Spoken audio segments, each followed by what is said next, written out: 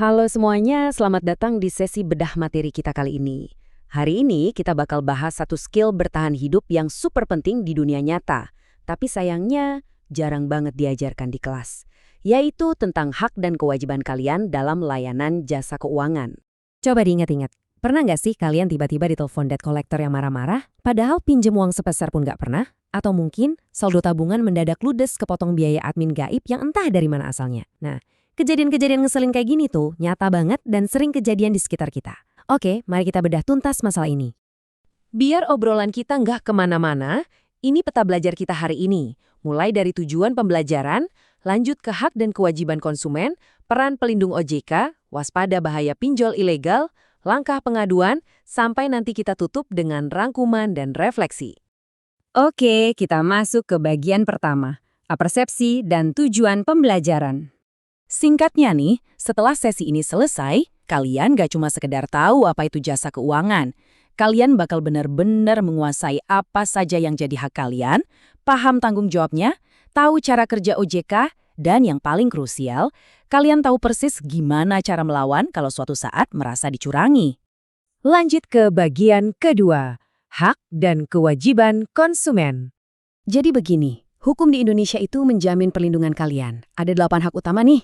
Kalian punya hak dapat informasi yang transparan dari awal, bebas memilih layanan tanpa dipaksa, dan pastinya jaminan kalau uang serta data pribadi kalian itu aman. Kalian juga berhak dilayani secara setara, didengar keluhannya, dan yang paling penting, berhak dapat pembelaan atau penyelesaian sengketa kalau hak kalian dilanggar. Ingat ya, ini tuh tameng legal kalian, hak mutlak. Tapi tunggu dulu, hak yang besar pastinya datang dengan tanggung jawab yang besar juga dong. Kewajiban nomor 1? Membaca kontrak perjanjian. Hayo ngaku, siapa di sini yang hobinya langsung scroll cepet terus klik setuju di halaman syarat dan ketentuan yang panjangnya udah kayak novel itu? Nah, mulai sekarang stop kebiasaan itu ya. Selain itu, kalian wajib kasih informasi yang jujur, bayar cicilan tepat waktu, pakai layanan sesuai fungsinya, dan pastinya jaga PIN atau password kalian rapat-rapat layaknya rahasia negara. Sekarang masuk ke bagian ketiga, peran pelindung dari OJK. Terus gimana dong kalau kita udah lakuin kewajiban, tapi masih aja dicurangi? Nah, kenalan dulu sama mentor sekaligus pelindung utama kita, Otoritas Jasa Keuangan, atau yang akrab kita sebut OJK. OJK ini ibarat wasit utama di dunia keuangan Indonesia. Mereka ini lembaga negara yang bikin aturan main, ngawasin jalannya pertandingan, dan nyelindungin kalian sebagai konsumen. Kalau ada perusahaan yang coba-coba main kotor, OJK yang bakal niup peluit dan kasih kartu merah. Tapi ada satu paradoks yang lumayan ngeri di negara kita saat ini. Coba perhatikan, indeks inklusi atau akses keuangan kita itu udah nyentuh angka 85,10%. Artinya, hampir semua orang tuh udah punya rekening bank atau e-wallet. Tapi indeks literasi atau pemahamannya baru di angka 49,68%. Kelihatan kan gapnya? Ada jutaan orang yang pakai layanan finansial, tapi separuhnya nggak benar-benar paham cara kerjanya.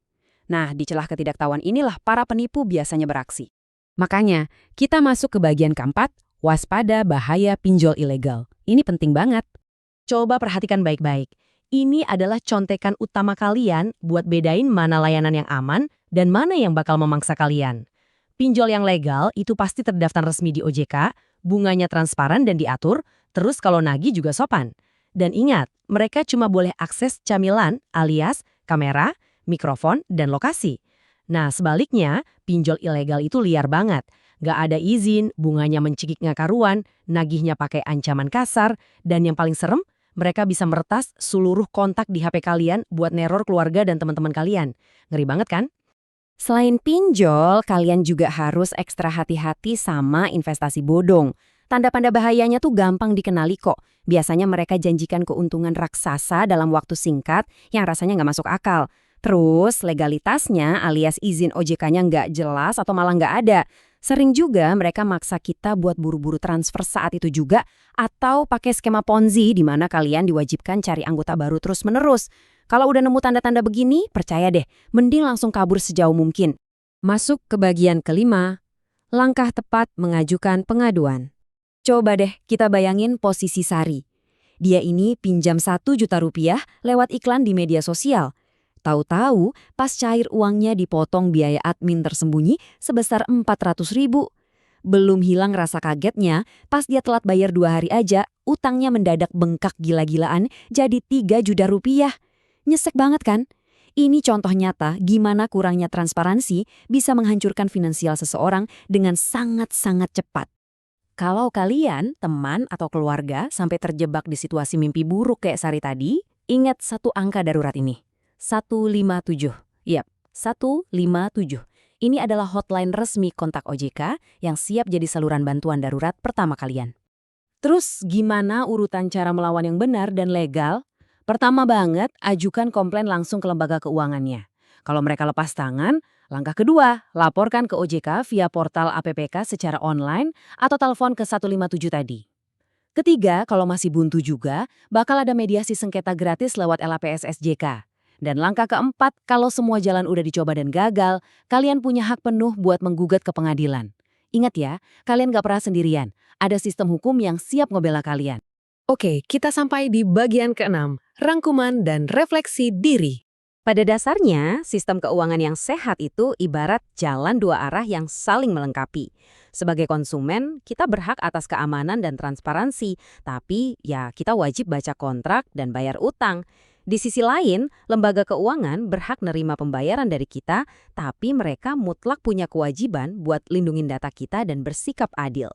Terus di mana OJK? OJK berdiri di tengah-tengah sebagai wasit pengawasnya. Adil kan? Kita tutup pembahasan ini dengan satu kutipan yang harus kalian ingat baik-baik. Uangmu adalah hakmu, jaga dengan pengetahuan.